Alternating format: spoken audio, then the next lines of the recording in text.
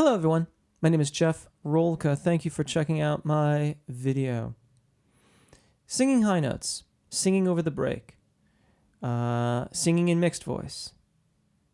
There's probably a dozen or more additional ways that singing high notes gets referred to as.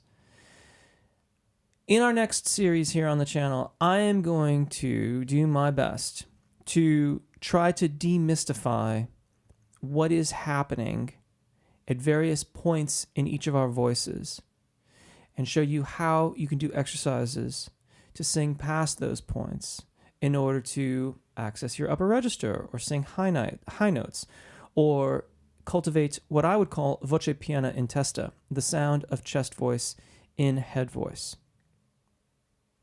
Right? Sometimes referred to as mixing or mixing chest and head. You see, the problem, however, is that there's so many terms and so many ways that vocalists talk about this, and unfortunately, a lot of misunderstandings, that it's been vastly overcomplicated. Should we honor the registration event? Sometimes you hear people talk about the flipping over, like your voice is going to flip over. And some people refer to that as still using your chest voice. I would disagree. That flipping over is the sensation of the vocal folds elongating. If you are only using your thyroarytenoid dominant singing voice, your chest voice, then that flipping over can't happen, because in so doing, you are allowing the cricothyroid dominant singing voice, or the cricothyroid muscles, to elongate the vocal fold. But what do we even mean? What am I even talking about here when I talk about singing high notes? First of all, it's all relative. This is middle C. For a bass vocalist, they could have their break, their secondo passaggio here. But for a mezzo, or for an alto, or even a tenor, it's not really that big of a deal. For the tenors, this is getting into the zona de passaggio, where they're getting prepared for the secondo passaggio, getting prepared for the break. For the mezzos, this is comfortably below their primo passaggio. It's a fine place to sing. Sopranos, this could be their lowest note. It's all relative. But even then, you see that between the bass and the soprano, there's overlap. It might only be a couple notes, but still there's overlap. And when you get into the baritones, there's even more. And tenors, more still. There is overlap in all of the voice ranges, some more than others.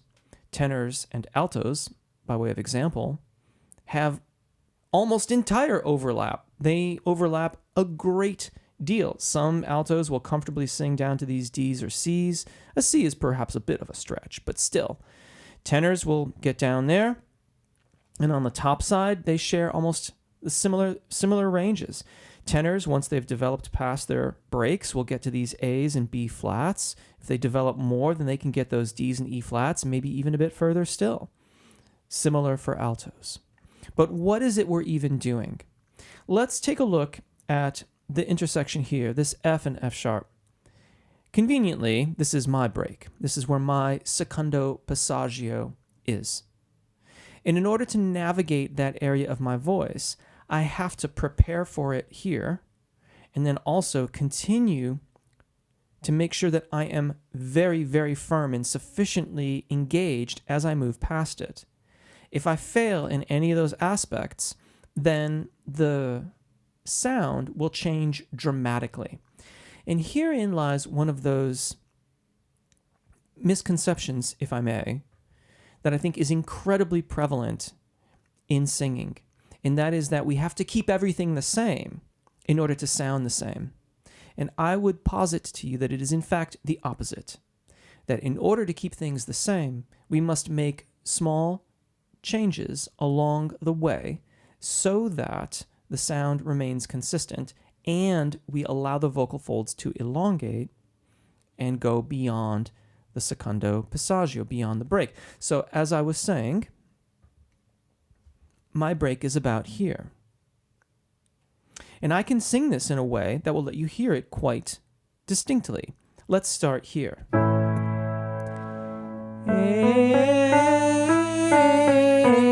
You can hear that airiness creeping in.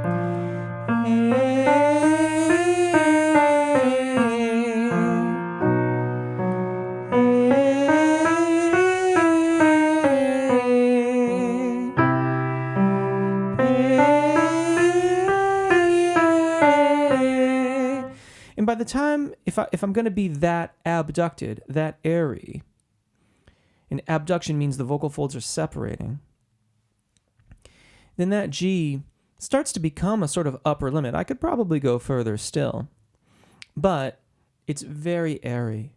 And that can be a useful affectation, but we don't necessarily want to do that all the time. Sometimes we want a fuller sound. And to do that, we have to make changes throughout this area in order to make it possible to make it so that it's not airy. If it's not airy, then we have to have two main things. We have to have vocal fold adduction, commonly referred to as closure, and we also need vocal fold elongation. And when we are new to this process, it will sound like this.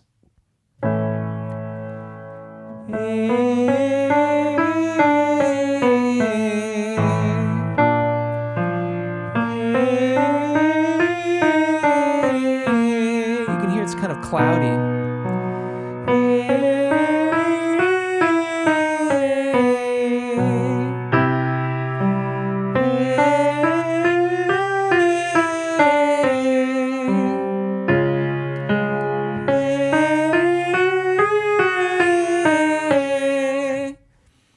Very, very cloudy.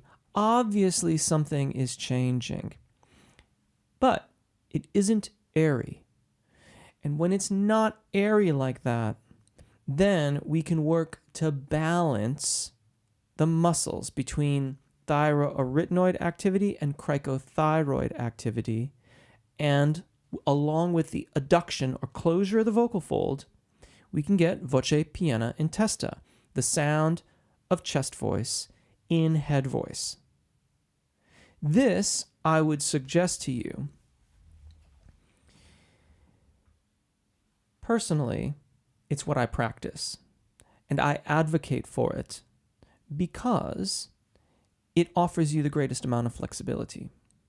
If I wish to sing with air in my voice, I can do it. If I want to sound like I just sang, I can do that too. If I wanted to belt, then I could just keep on increasing the subglottic air pressure, commit to the thyroarytenoid dominant singing voice, reduce everything else that I'm showing you here, and I can belt if I want to. But if you only belt, then doing it this other way, voce piena in testa, might not necessarily be possible. Usually it isn't. And so I'm still going to make the registration event, but I'm going to make it fairly seamless so you don't really hear it. I'm going to do A and Ah again.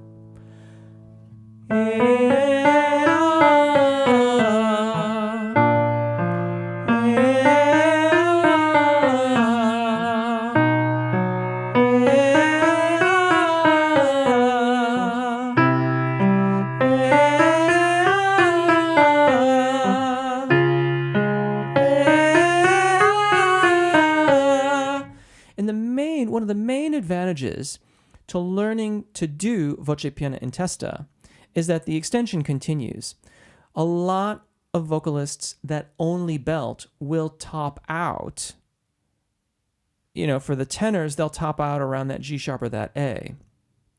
And then they'll just break off into what they would call falsetto. But when you learn to make a good registration event, you can kind of keep going.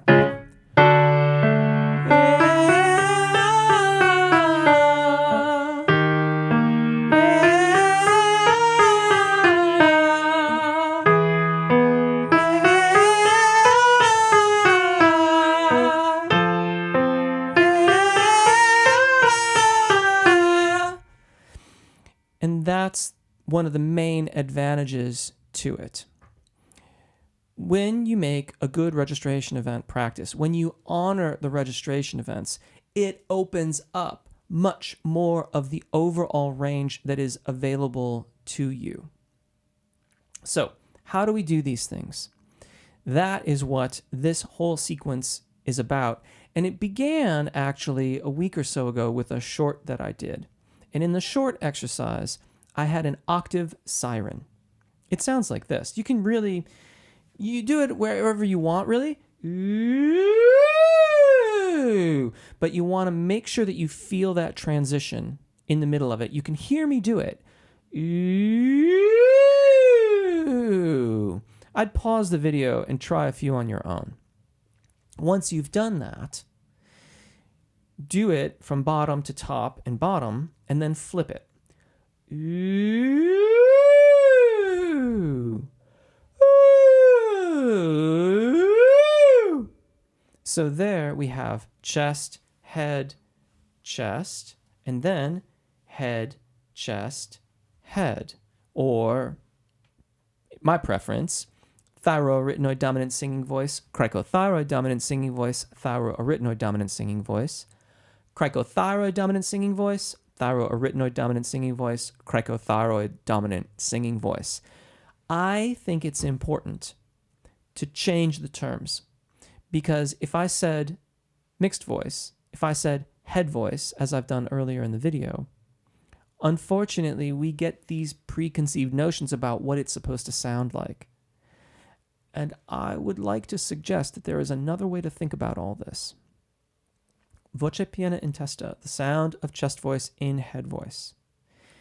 That offers you the greatest amount of possibilities, the greatest amount of overall range that you will have at your disposal. Yes, it takes practice, and we're going to go through a lot of the practices in this series, but the start begins with that siren. The process is one of narrowing down, being more specific with how we are singing the pitches. So the siren is completely non-specific. We're just smearing pitches all over the place. Next exercise, we are going to look at some specific exercises where we are tasked with going between a couple notes. We're going to try and be as specific as we can while still doing the registration event. The goal is to keep on honoring that registration event practice. I suspect that this video will create more questions than answers, and I hope that you'll stick around for the next videos in this series. If you have questions, drop them in the comments below. I look forward to checking them out. Until next time, take really good care of your voices, enjoy singing, and hopefully we'll see you again. Bye.